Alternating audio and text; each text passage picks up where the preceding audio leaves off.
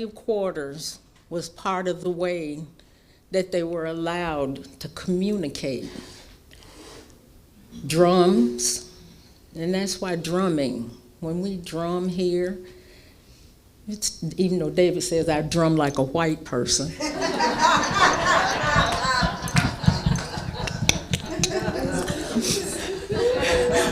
And I'm trying to figure out what that is. But drumming in the quarters from one plantation to the next, the slaves weren't allowed to go visiting and courting and calling. And coming from their native lands, and the drum is found in every culture in the world, not black, not white, not by any color. That drum is found everywhere. So that's the one thing they brought with them that they were able to utilize across the plantations. So drumming became an important way of communication. They'd drum out a message to somebody on a neighboring plantation and they'd pass it on to the next one. Drumming and song, the words of the songs. But I just want to go back to that drum beat for a minute. The first thing that you as an embryo felt and heard was your mother's heartbeat. And that heartbeat, that synchronicity of that heartbeat is the same thing as the drumming that we carry out into our cultures, across all cultures. So that drum, that song, across the plantations, the messages, those words, when we listen to, especially Negro spirituals, the words in those songs are not just there as words that rhyme, or even though rhyming is key in most of it, and in a lot of the cadence that they teach you to put with your poems and speech. Those words that are written are usually because they were from a message that had been given, or because a message that you were giving, or an emotion or a feeling that you were having at the time.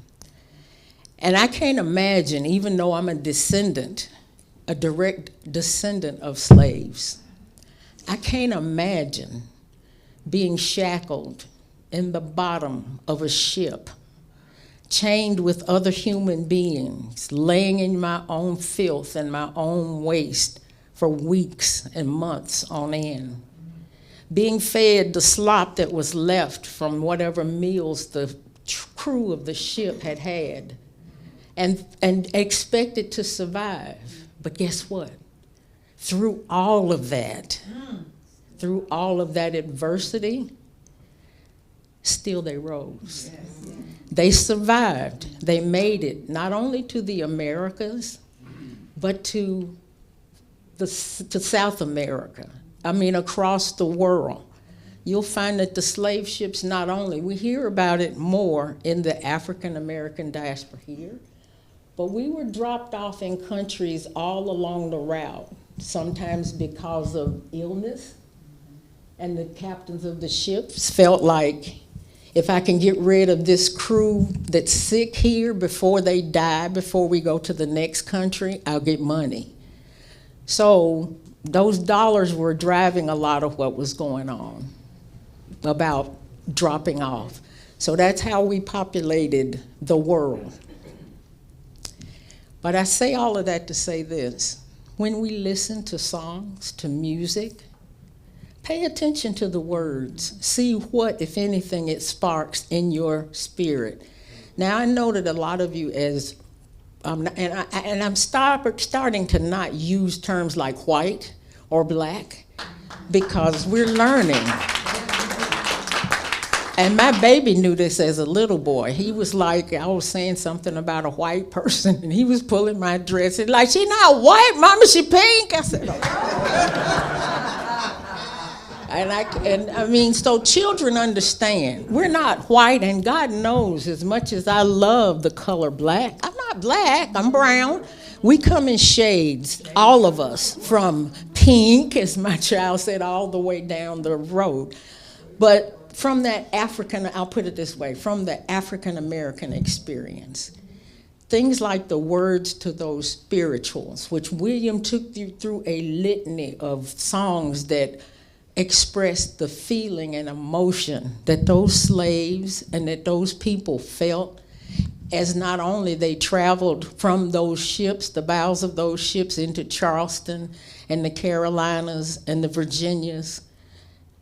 As they got to those plantations, these people didn't speak the language, they didn't know the cultures, but they survived. They figured out a way, even to the point of how the hair was cornrowed and braided. So when you see people with braids and cornrows, I know a lot of times I used to just look at it and go, why have they got their hair that way? Especially when I got to corporate America. But then I realized and learned the patterns of those braids were tribal.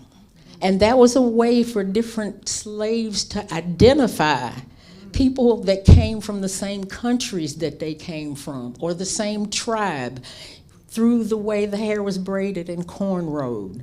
So it was messages being sent, even in the way the hair was braided.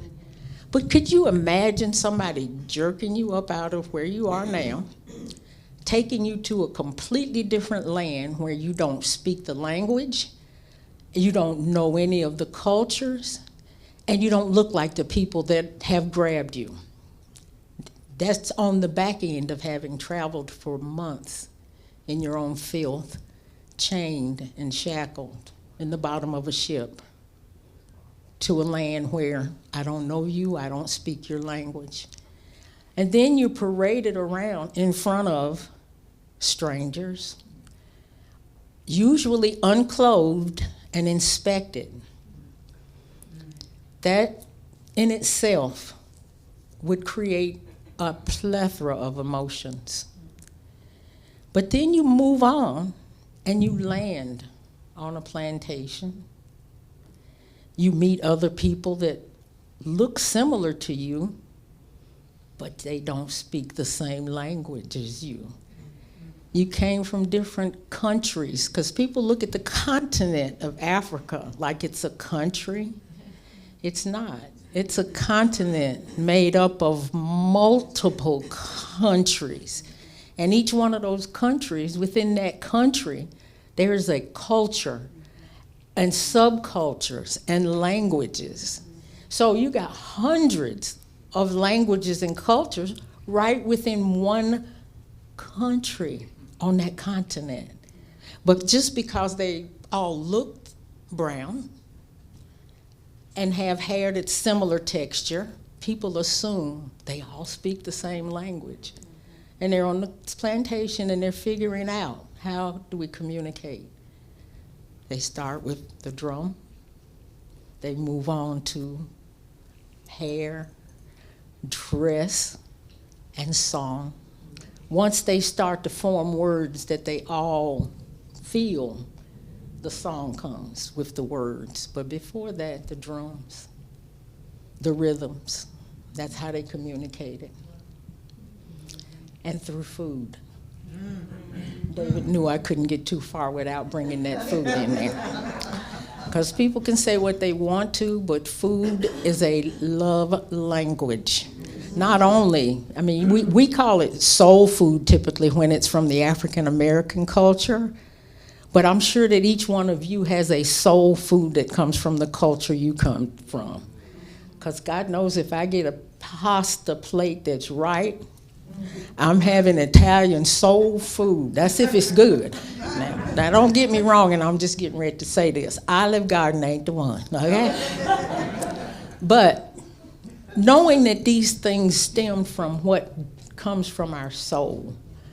But I say all that to say this as an African American, the adversity, the resilience as a people that they exhibited, because most of them, through all of that being taken from their homes, riding in filth and waste, eating leftovers, when they got to this place,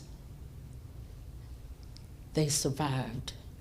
They dropped off a group of slaves on the Gullah Islands outside of South Carolina because they were so sick and diseased that they just knew all of them were going to die. And rather than bring that ship into the port of Charleston with sick chattel or property, as they were considered these human beings, they dropped the load of them off that were ill in the Gullah Islands, thinking, okay, well, they're not our problem anymore, die. This was an island that was not inhabited, but do you know? Do you know that years later, somebody figured out and stopped at the Gullah Islands, and guess what? There was a whole culture going on there, food, dance, music. That group of sick and diseased slaves not only survived, they thrived. That's right. And now if you go to Charleston and you tour the Gullahs, know that the people that came from that island and that were on that island came from a stock that was dropped off there to die, but they didn't die. They survived and they thrived because still they rise. So I say that before I got a little brief film clip I want to show you, but I say all that to say this. As human beings, not black, not white, not whatever color, but as all part of the human diaspora, as humans, that I am spirit that is within each and every one of us gives you that same resilience, that desire, and the ability not only to rise, but to thrive. So when life is throwing stuff at you, don't let it beat you. Just know it's not happening to you, but for you. All right. It's our job to figure out as it's happened, after it's happened, or as it's happening, if you can be conscious enough as it's happening to figure out why it's happening, the direction and the guidance that it's giving you is always, always going to be for your highest and best. How many of you have ever heard of a town called Greenwood, Oklahoma? We got a few folk that have, okay. Well, I'm going to show you a film clip, just a brief film clip that gives you a little bit more information about this place called Greenwood, Oklahoma. It was referred to as the Black Wall Street. And then the other thing I just want to make you aware of as you watch this clip, please know that the same situation that went on here was happening across the United States in smaller and lesser degrees. But just the fact that there were only a few of you that had your hand up let me know that this information has not been taught. None of you get this in school. So the one time a year during the 28 days that we've been given, I feel it's part of my responsibility as somebody that walks in a brown body to educate, not hate, not berate, and not make to feel bad, but educate. Because when I was educated about the Irish plot, it made me know and understand what the Irish people had experienced as they came here. It gave me empathy and compassion for their plight. And I feel that the more we educate one another, the more we'll understand and be able to support one another as we move through this human experience. Charlotte, North Carolina had its own area. Wasn't called Black Wall Street, but it was called Brooklyn. They had barbershops, beauty salons, banks, black businesses that stemmed all the way down the Beatties Ford Road corridor. It was a self-sustaining, self-sufficient neighborhood. That's in Charlotte. That wasn't Charlotte. Most of you probably don't have any idea of where that was or where it was. I mean, let me put it, my English is leaving me, but areas that you probably been in that you didn't know about. How many of you been to a Panthers game? All right, you were sitting right in the spot where I was born.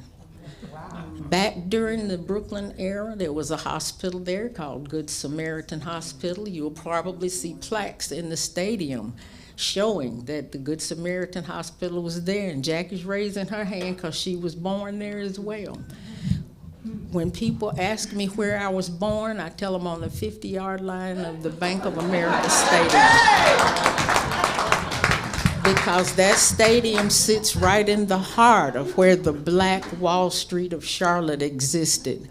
And in most of these urban cities where these Black Wall Streets existed, they don't call it, or it didn't happen with a massacre or burning. Now in Wilmington, North Carolina, the situation was almost identical to what happened in Greenwood. Somebody said that somebody looked or somebody did, and whatever, the mob ensued and they burnt for 3 days in Wilmington, the black area that was their Mecca. But in Charlotte and in other cities across the country, if it didn't get annihilated by fire, it got wiped out by what's called urban redevelopment. Urban redevelopment took away the entire area in downtown Charlotte that was Brooklyn, 1st Ward, 2nd Ward, 3rd Ward. Those areas right around the stadium, all of that area down McDowell Street was considered the Black Wall Street. And like I said, you could go in that community and get anything accomplished that you needed to. Because as a people, we had learned, especially through Jim Crow, we weren't and couldn't go anywhere and everywhere to get what we needed. So through that resilience and that still I rise, I am, we developed communities that self-sustained themselves.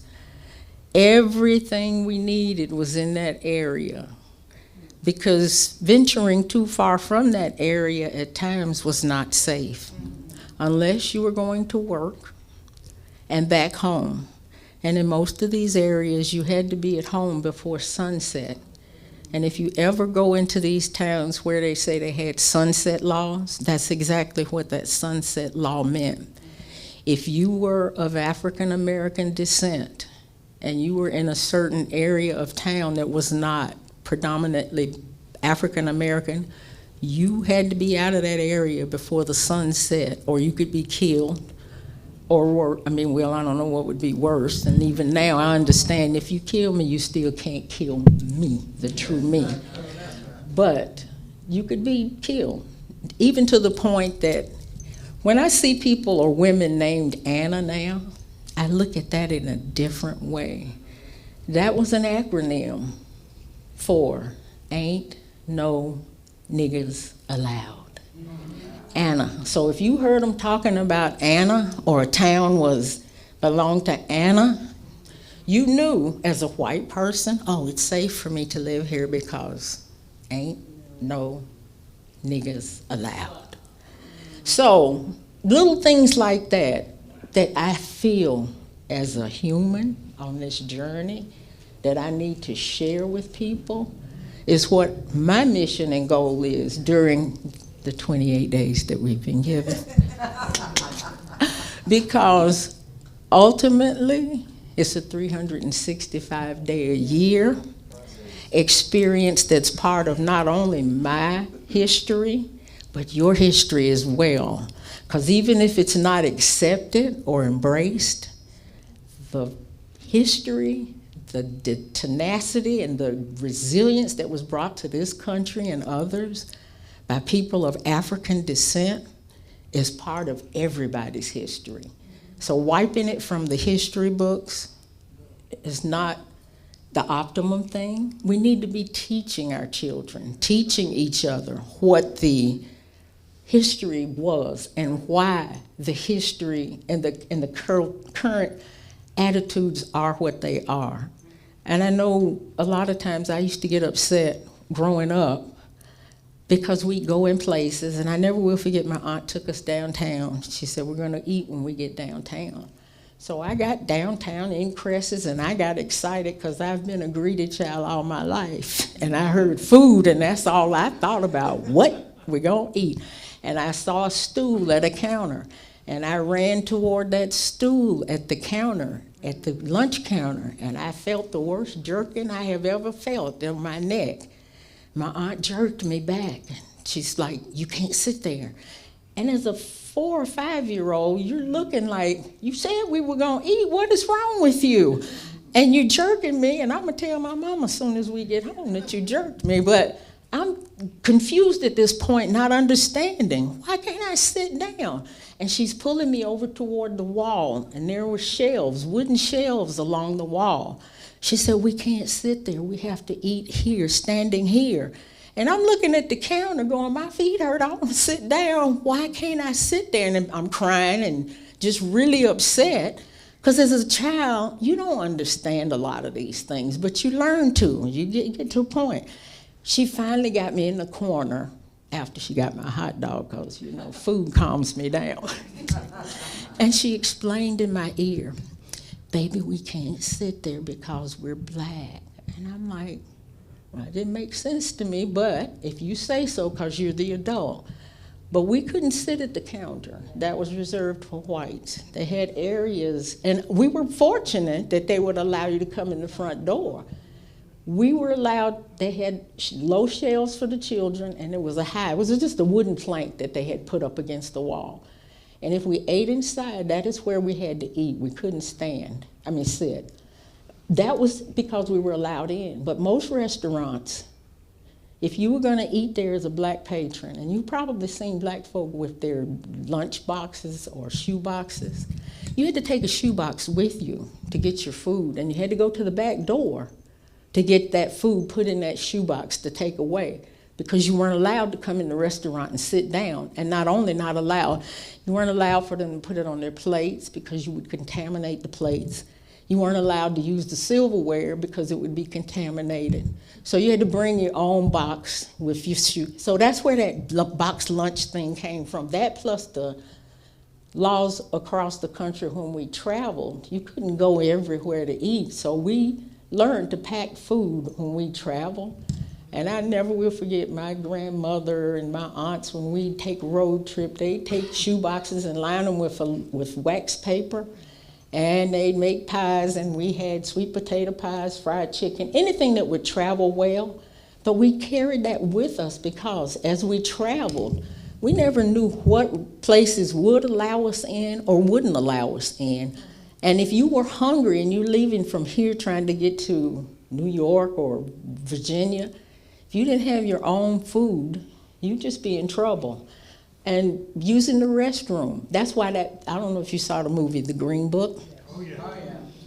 That was a true thing. There was a book, a guide, if you were lucky enough to get a green book, that told you as an African American as you traveled and maneuvered the country, where it was safe, where you could stop, where you could eat, those things. And if you didn't have that green book and you were just traveling on wit, you had to be very careful, because bad things happened to people that wanted to go use the bathroom or that went in the wrong place to pee. I'm just saying it. You could die just for that one simple act. So I say all that to say this: through all of that stuff, the resilience of the people that I call my ancestors was great. And they're not just my ancestors, whether you want them to be or not. The fact that we're all part of this human experience, your ancestors as well. Those people had that tenacity and that still I rise that you have in you. And we have to remember that as we make this spiritual walk. Things that happen on the outside, whether they're cutting positions or cutting you, are happening for you to be a better and more resilient human being on the other side. I know I've probably gone beyond what I was given, but resilience in each and every one of us. Thank you so much for allowing me.